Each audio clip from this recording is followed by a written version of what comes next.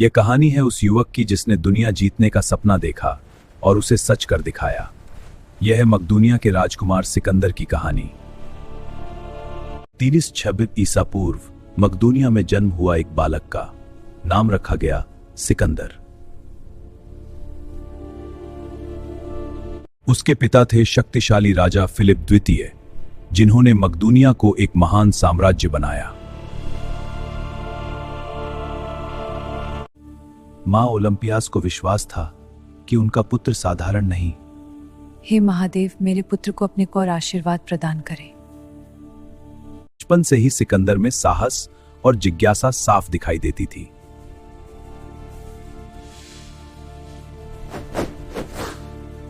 सिकंदर को शिक्षा दी महान दार्शनिक अरस्तु ने, युद्ध कला सीखो लेकिन दर्शन भी क्या लाभ, जिन्होंने उसे युद्ध के साथ साथ दर्शन और राजनीति भी सिखाई। एक दिन एक जंगली घोड़ा दरबार में लाया गया जिसे कोई भी नियंत्रित नहीं कर पाया। लेकिन सिकंदर ने उसकी आंखों का डर पहचाना और उसे सूरज की ओर मोड़कर काबू कर लिया। यही घोड़ा बना ब्यूसेफेलस। 336 ईसा पूर्व राजा फिलिप की हत्या कर दी गई और मात्र 20 वर्ष की उम्र में सिकंदर बना मकदूनिया का राजा। राज्य के भीतर विद्रोह भड़क उठा, लेकिन सिकंदर ने सख्ती से सबको शांत किया। अब सिकंदर की नजर थी फारस के विशाल साम्राज्य पर।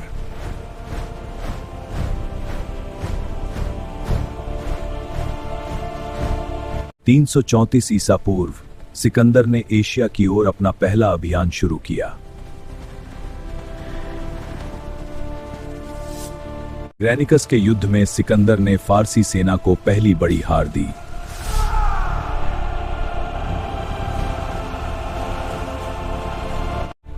फारस का सम्राट डेरियस तृतीय अब स्वयं मैदान में उतरने वाला था।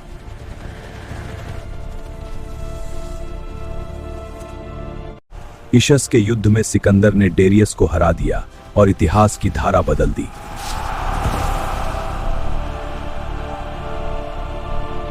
मिस्र में सिकंदर का स्वागत एक मुक्तिदाता की तरह हुआ।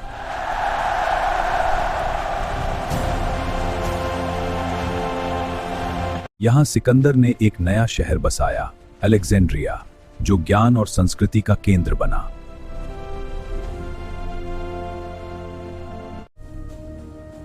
ओरेकल ने उसे देवपुत्र कहा और उसका, मैं देवपुत्र हूं। निर्णायक संघर्ष और एक बार फिर सिकंदर विजयी हुआ। आगे बढ़ो, मिस्र बारी है। फारस की राजधानी परसेपोलिस को जला दिया गया। यह था बदले का प्रतीक।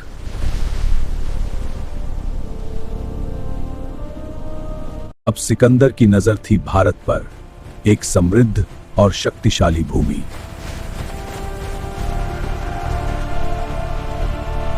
झेलम नदी के किनारे सिकंदर का सामना हुआ महान राजा पोरस से।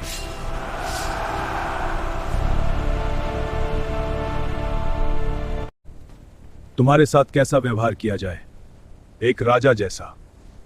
और सिकंदर ने उसका सम्मान किया। लेकिन उसकी सेना थक चुकी थी और आगे बढ़ने से मना कर दिया। आगे बढ़ो। नहीं, हम थक गए, लेकिन हमें जारी रखना होगा। वापसी के दौरान सिकंदर बीमार पड़ गया।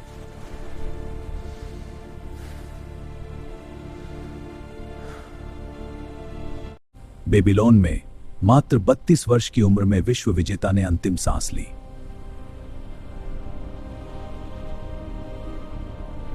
उसके जाने के बाद उसका विशाल साम्राज्य बिखर गया।